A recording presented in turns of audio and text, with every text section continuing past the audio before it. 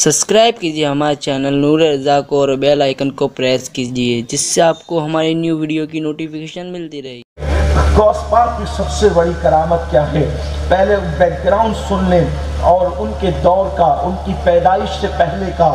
جیسے آپ جانتے ہیں کہ اللہ کی یہ سنت ہے کہ جب بھی حالات انتہائی بدترین ہوتے ہیں تو ان حالات کو بدلنے کے لیے، ان حالات کو تبدیل کرنے کے لیے، ان حالات میں انقلاب پیدا کرنے کے لیے اتنی بڑی ہستی کو بھیجتا ہے اللہ جو وہ حالات سے مقابلہ کر سکے، حالات کو نپٹ سکے۔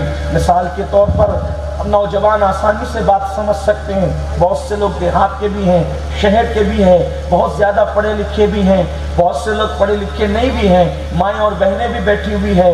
ایک آسان مثال آپ کو بتاؤں، اگر اندھیرا کم ہو تو چھوٹے سے بلب سے بھی روشنی ہو سکتی ہے، لیکن اندھیرا جب بہت گہرا ہوتا ہے تو چھوٹا سا بلب روشنی نہیں کر سکتا، بلکہ اس کے لیے بڑے ہائیلوجن کی ضرورت ہوتی ہے۔ جب تک کہ بڑا ہائیلوجن نہ جلے گا اس وقت تک اندھیرا دور نہیں ہوگا۔ بلا تمثیل جب گمراہی زیادہ ہوتی ہے، جب کفر کی تاریکی زیادہ ہوتی ہے، جب لوگ زیادہ بگڑ جاتے ہیں، جب لوگ زیادہ اللہ رسول سے دور ہو جاتے ہیں، تو اسی وقت پھر ایسی پاورفل ہستی کو بھیجا جاتا ہے، وہ حالات سے مقابلہ کرتی ہے۔ مثال کے طور پر انبیاء کرام آئے، کسی ایک ملک میں تاریکی تھی، کسی ایک ملک میں گمراہی تھی، کسی ایک علاقے میں گمراہی تھی، کسی ایک قبیلے میں گمراہی تھی، کسی ایک خطے میں گمراہی تھی۔ گمراہی الگ الگ خطے میں نہیں تو خطے کے لیے نبی آیا، قبیلے میں گمراہی تھی، قبیلے کے لیے نبی آیا، ملک کے لیے گمراہی تھی، ملک میں نبی آیا۔ لیکن ایک وقت وہ آیا، پوری دنیا ڈارک ہو گئی، پوری دنیا تاریک ہو گئی، پوری دنیا میں کفر کا اندھیرا چھا گیا، پوری دنیا میں شرک کا اندھیرا چھا گیا۔ تو پھر اس کے لیے کوئی عام نبی، حالانکہ سب نبی شان والے، لیکن کوئی عام نبی اب اس اندھیرے کو دور نہیں کر سکتا تھا، اس لیے پھر نبی نہیں بھیجا صرف، بلکہ نبیوں کا نبی بھیجا، سید الانبیاء بھیجا، اور وہ تشریف لائے، عالمی نبی بن کر آئے، عالمی رسول بن کر آئے، بلکہ عالمی نہیں بلکہ عالمین کے رسول بن کر کے آئے، اور انہوں نے 23 سال کی قلیل مدت کے اندر تمام عالم میں انقلاب پیدا کر دیا۔ بلا تمثیل جب سرکار غوث اعظم کا دور آیا، 5ویں صدی تھی، 5ویں صدی، اور یہ 5ویں صدی اسلام میں بڑی اہمیتوں کی حامل ہے۔ 5ویں صدی کی بڑی اہمیت ہے۔ اللہ کے رسول غیب نبی صلی اللہ علیہ وآلہ وسلم نے فرمایا کہ 5ویں صدی میں میری امت پر ایک چکی چلے گی، چکی، اس چکی میں جو بچ گیا وہ بچ گیا، جو ہلاک ہوا وہ ہلاک ہوا۔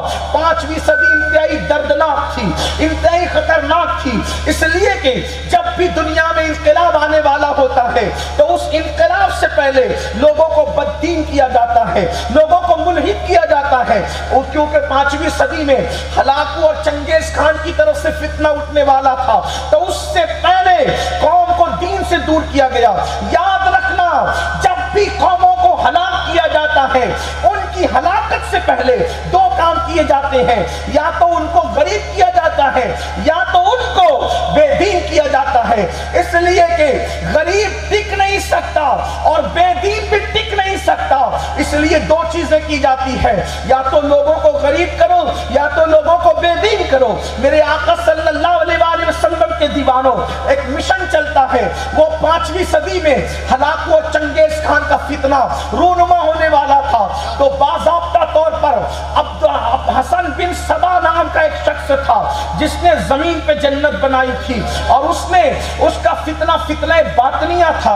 اور پھر آپ اندازہ فرمائیں اس دور کا حال یہ تھا، اس دور کی کیفیت یہ تھی، تھوڑا سا اس کا جائزہ لیں آپ، اللہ اکبر۔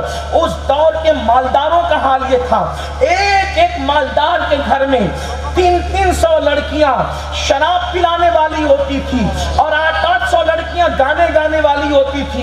ایک مالدار کے گھر کا حال یہ تھا، یعنی کہ مسلم بادشاہوں کے گھر میں یہودی اور عیسائی عورتیں بیوی بن کر کے رہ رہی تھی۔ یہود و نصارہ کی بچیوں کو، خوبصورت لڑکیوں کو مسلمانوں نے اپنے حرم میں رکھ لیا تھا۔ اللہ اکبر، حالات یہ تھے، کوئی مسلم بادشاہ یا مالدار ایسا نہ ہو جو زنا میں ڈوب نہ گیا ہو، جو شراب میں ڈوب نہ گیا ہو، جو اللہ کے دین سے دور نہ ہو گیا ہو، الا ماشاءاللہ بڑی قلیل تعداد تھی جو بچی ہوئی تھی۔ مالدار دین کا مذاق اڑا رہے تھے، مالدار لوگ اللہ اللہ کے دین کا مذاق اڑا رہے تھے، اور اللہ اکبر مسلمانوں کی اکثریت کہ مسجدوں کو ویران کیا جا چکا تھا، قرآن مقدس آنکھوں کی زینت بن گیا تھا، دین کی باتیں صرف رسمی طور پہ ہوا کرتی تھی۔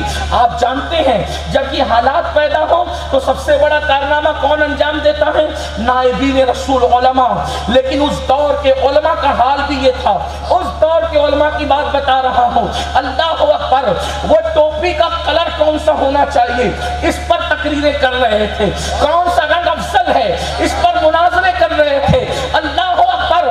مالداروں کی اصلاح کا کوئی نام و نشان نہ تھا، ہر خطیب جب منبر پہ بیٹھتا تو مالداروں کی تعریف ہوتی، مالداروں کی چاپلوسی ہوتی، غریب جرم کرتا اس پہ انگلی اٹھائی جاتی، مالدار جرم کرتا تو اس کے جرم کی تعویلیں کی جایا کرتی تھی۔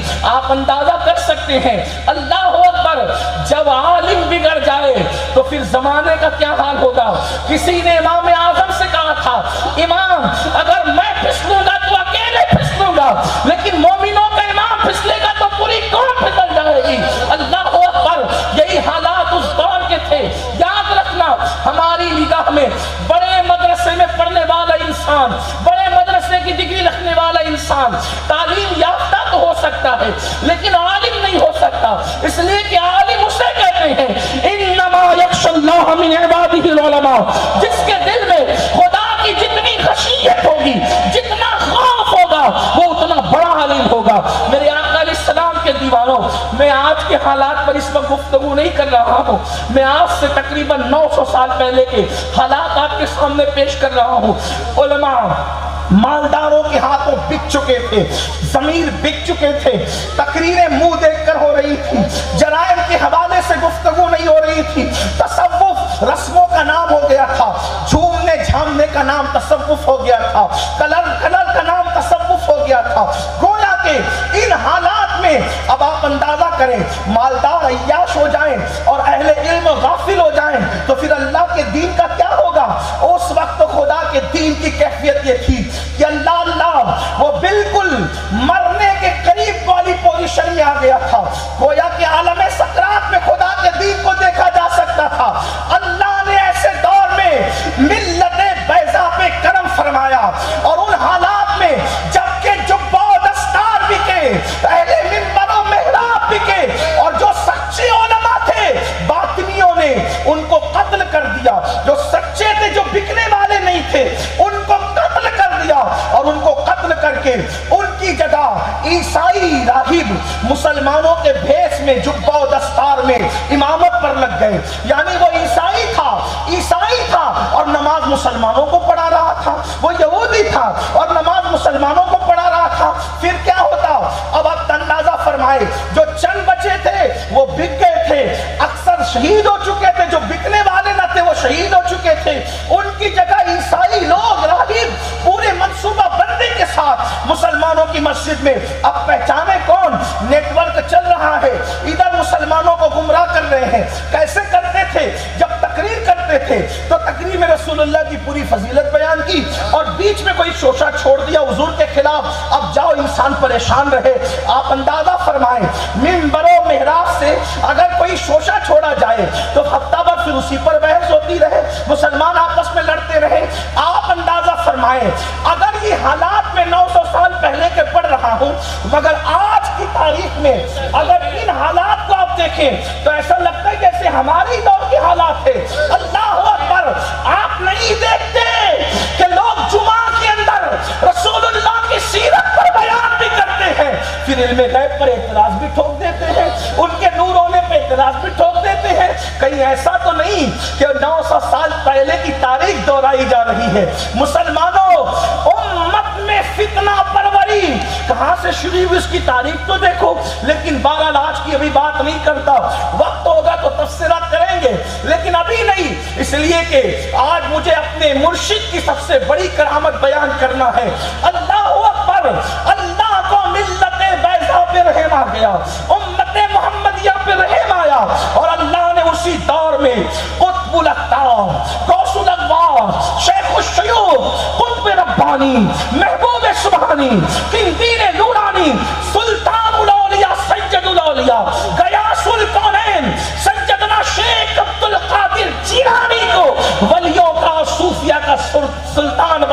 کے ان کو جلوگر فرمایا.